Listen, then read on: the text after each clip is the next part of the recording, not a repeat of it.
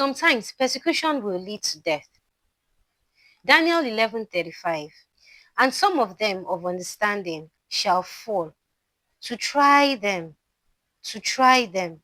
and to purge, and to make them white, even to the time of the end, because it is yet for a time appointed. Other times, it may be in the form of the following examples. You are in 100 level in the university, an engineering student. Cultists put pressure on you to join them because you are cute, you are muscular, and you're smart. You say no because God hates it. So they break into your dorm room in the night, they kill your roommate, and then frame you up that you did it. You are arrested and thrown into prison for 6 months, then later released after it was found that you didn't kill anyone.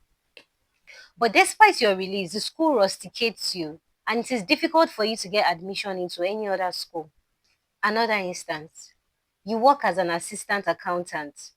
The accountant wants to account for the 500 million naira which he illegally withdrew from the company's account. So he has a discussion with you.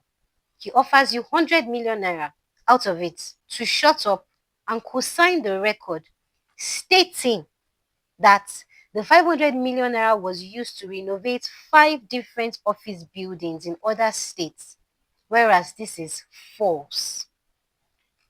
You refuse, and the main accountant lies and frames you up that you stole the money, that you stole the 500 million naira. So you lose your job.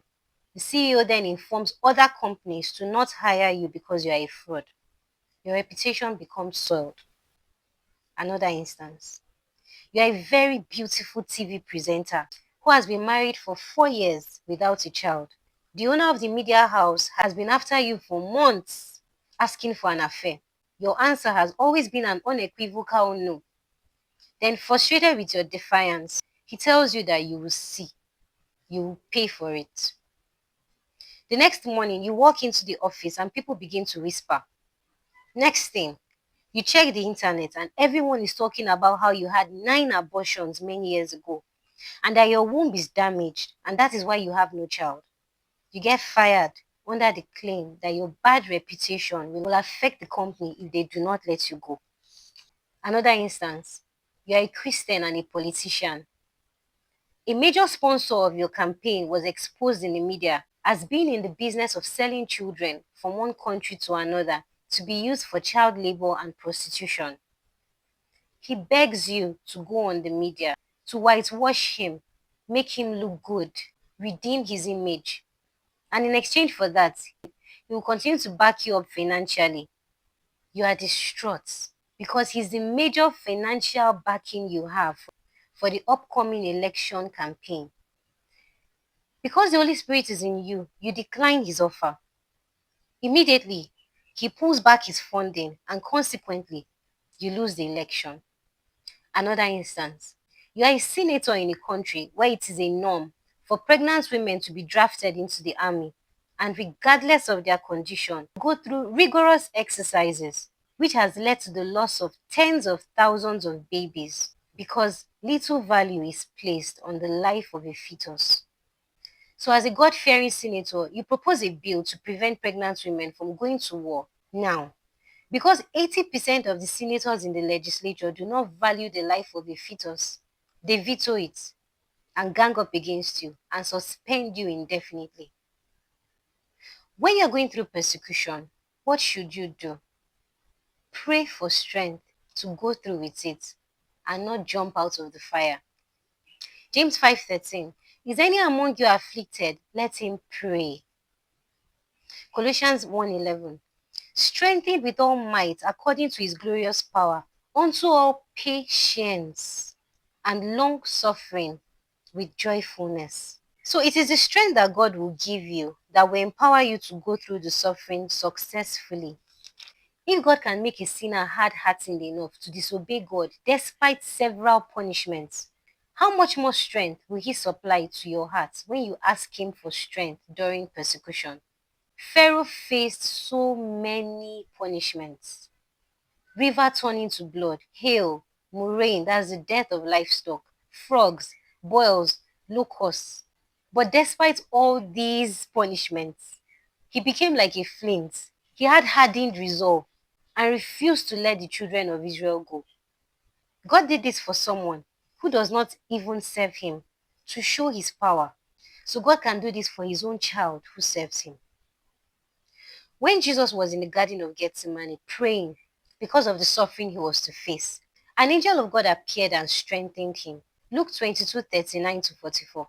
And he came out and went as he was wont, so as he usually did, to the Mount of Olives, and his disciples also followed him. And when he was at the place, he said unto them, Pray that ye enter not into temptation. And he was withdrawn from them about a stone's cast, like a stone's throw, like the distance when you throw a stone, and kneeled down and prayed, saying, Father, if thou be willing, remove this cup from me. Nevertheless, not my will, but thine be done. And there appeared an angel unto him from heaven, strengthening him. And being in agony, he prayed more earnestly, and his sweat was as it were great drops of blood falling down to the ground. Jesus was strengthened to go through the crucifixion process. When Elijah faced the death threat from Jezebel and ran for his life, an angel appeared to him and gave him food twice.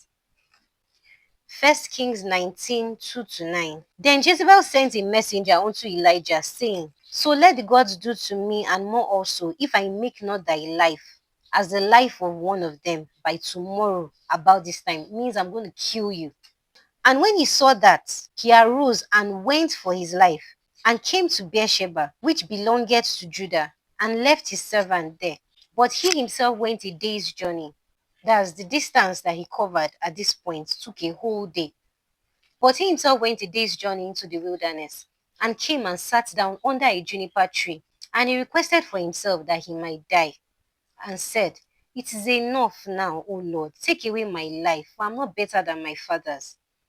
And as he lay and slept under a juniper tree, behold, then an angel touched him and said unto him, Arise, eat. And he looked, and behold, there was a cake baking on the coals, and a cruse of water at his head. And he did eat and drink, and laid him down again. And the angel of the Lord came again the second time, and touched him, and said, Arise and eat, because the journey is too great for thee. And he arose and did eat and drink, and went in the strength of that meat 40 days and 40 nights unto Horeb, the mount of God. So God can give you strength to go through persecution and come out better than you were before you pass through it.